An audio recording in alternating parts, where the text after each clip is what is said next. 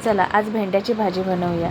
हे पहिले मी शेंगदाणे भाजून घेतले आहेत, जरा जास्तच भाजून घेतलेत थोडं नेक्स्ट टाईम मला वापरण्यासाठी। हे बघा अशा प्रकारे यातले आपण थोडे पाव आपण थोडे पाव भाग आपण शेंगदाणे वापरणार आहोत। आणि ही भेंडी घेतली, भेंडी स्वच्छ धुतली पुसून ती अशा प्रकारे कापून घेतली आहे। आणि हा माझा भाकरीचा तवा आहे, भिड्याचा तवा। तो गरम झाला की त्याच्यावर ही भेंडी आपल्याला त्याचा चिकटपणा दूर करण्यासाठी असं थोडा वेळ आपल्याला परतून घ्यायचे त्या भिड्याच्या तव्यावर। इकडे पॅन ठेवले, पॅन गरम झालं की त्यामध्ये 2 चमचे तेल टाकून आपल्याला एक मोठा कांदा बारीक कापून घ्यायचा आहे आणि तेलामध्ये अशा प्रकारे फ्राय करून घ्यायचं आहे, म्हणजे परतून घ्यायचं आहे।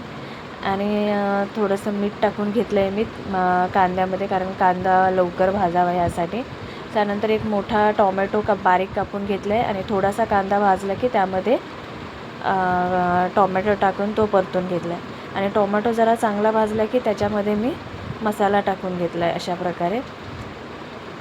थोडंसं पाणी ॲड केलं आहे मी ह्याच्यामध्ये त्या मिश्रणामध्ये। आणि आता आपल्याला भेंडी टाकून घ्यायची आहे आतमध्ये। भेंडी चांगली परतून घ्यायची आहे अशा प्रकारे। आणि आपल्याला ती आता एक वाफ आणण्यासाठी ठेवायची आहे।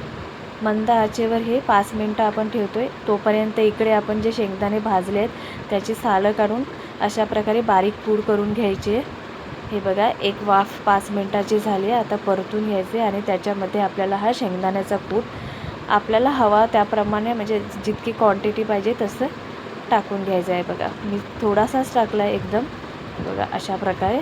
आणि ते चांगलं परतून घ्या आणि परत 1-2 मिनटाचीच वाफ काढून घ्या। हे बघा अजिबात चिकटपणा नसतो त्या भेंड्याच्या